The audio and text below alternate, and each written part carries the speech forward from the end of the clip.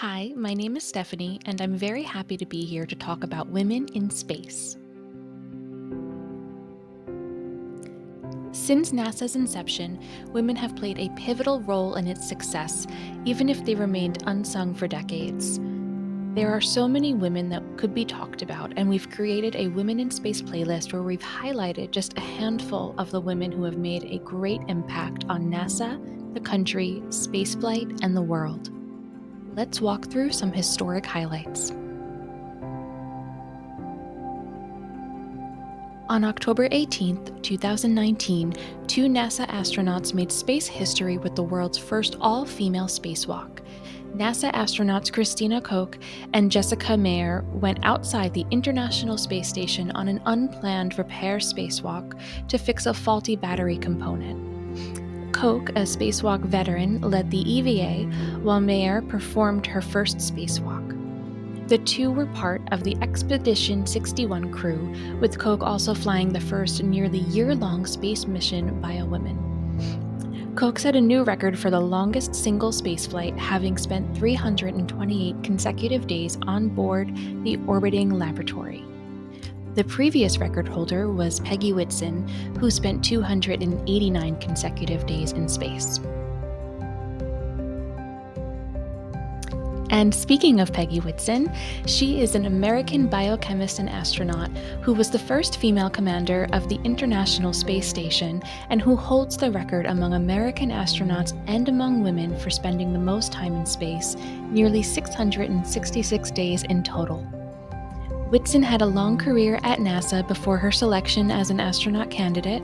Among other positions, Whitson worked in the Biomedical Operations and Research Branch at the Johnson Space Center from 1989 to 1993 and was the Deputy Division Chief of the Medical Sciences Division at the JSC from 1993 to 1996.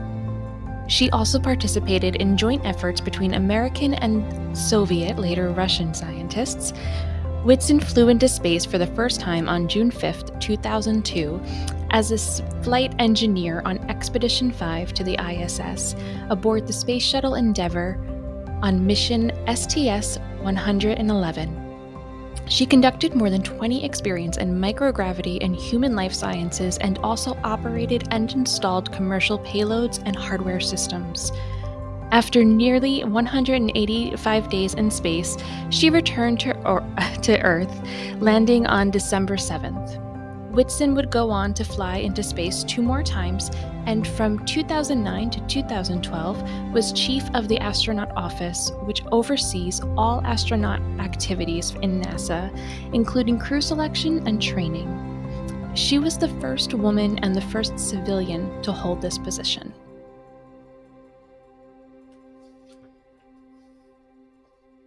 NASA astronaut and microbiologist Kate Rubins became the first researcher to sequence DNA in space during her first mission to the International Space Station in 2016, when she spent 115 days working as a flight engineer for Expedition 48.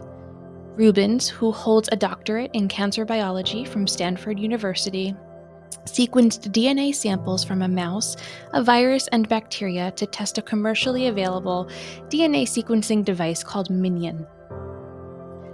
With the way to sequence DNA in space, astronauts could diagnose an illness or identify microbes growing in the ISS and determine whether or not they represent a health threat, NASA officials said in a statement.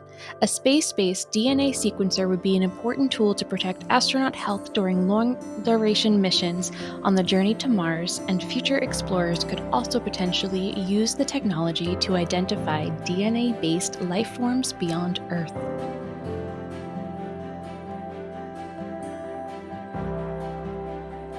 Four women in space. 4 women served together on the ISS on April 14, 2010. This represented the highest number of women in space simultaneously. NASA astronauts Dorothy Metcalf Lindenberger, Stephanie Wilson, both STS-131 mission specialists, and Tracy Caldwell Dyson, Expedition 23 flight engineer, along with Japan Aerospace Exploration Agency astronaut Naoki Yamazaki, STS-131 mission specialist, all were together in space.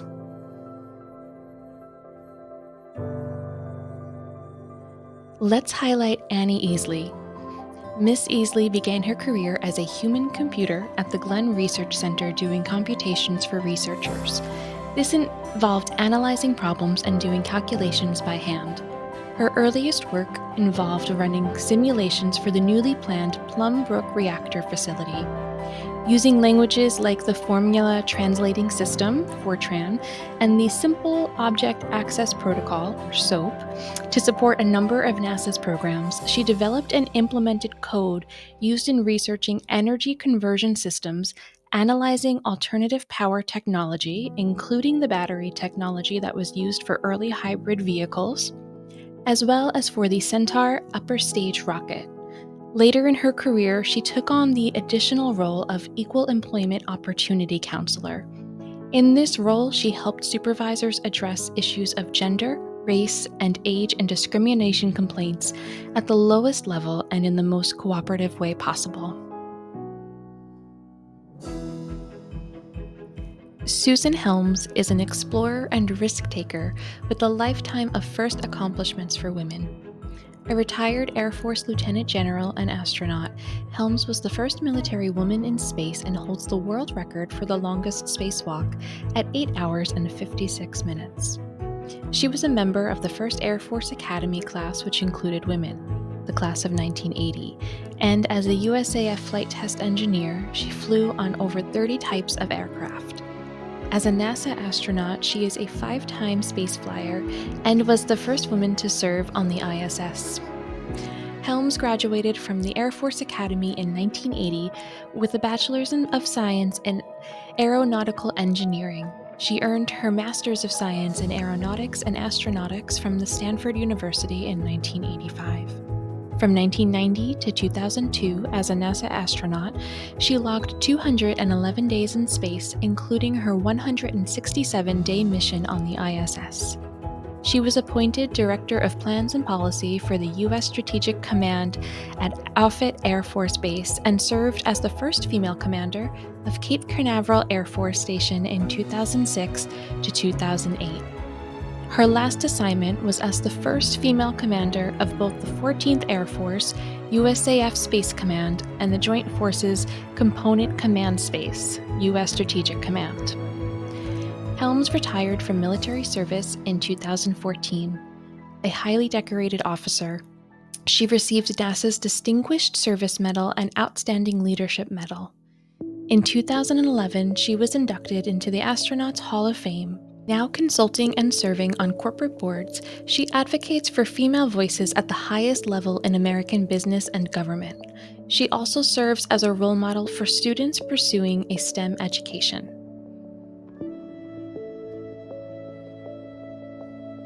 Mary Jackson had to take a long, indirect path to become an engineer, but her work helped pave the path for so many others.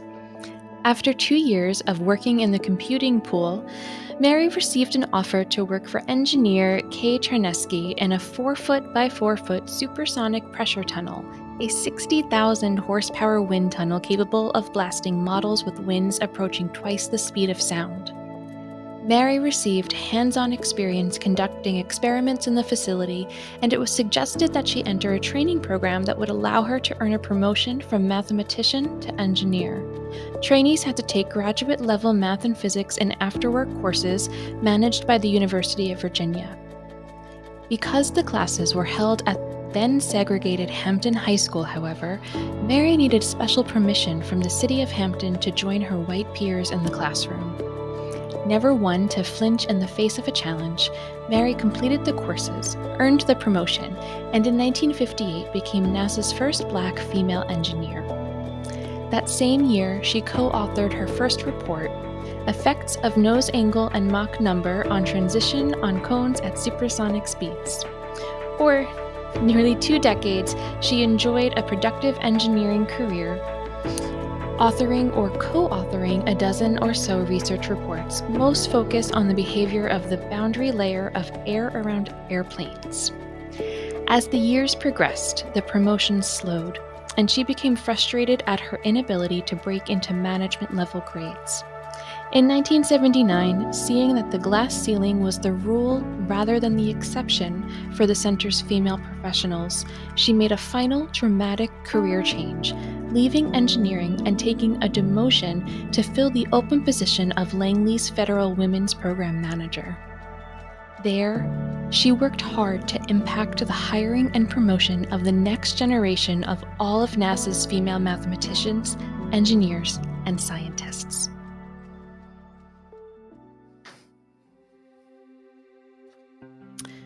There are so many other women to talk about. For example, Catherine D. Sullivan, the first woman to walk in space, Dr. Yvonne Kegel, whose groundbreaking work is preserving NASA legacy data and galvanizing NASA's lead in global mapping, sustainable energies, and more. Eileen Collins, the first woman to command a space shuttle, a role that required an astronaut to have at least 1,000 hours of experience piloting a jet aircraft. There are also women now, today, leading the charge in space education and galvanizing young people using social media platforms, like Emily Calandrelli, aka the Space Gal, who was the 100th woman in space and is an MIT engineer. To learn more about women in space, visit www.nasa.gov/women-at-NASA. Thank you for watching, and please watch our other 2 videos in the Women in Space playlist. See you next time.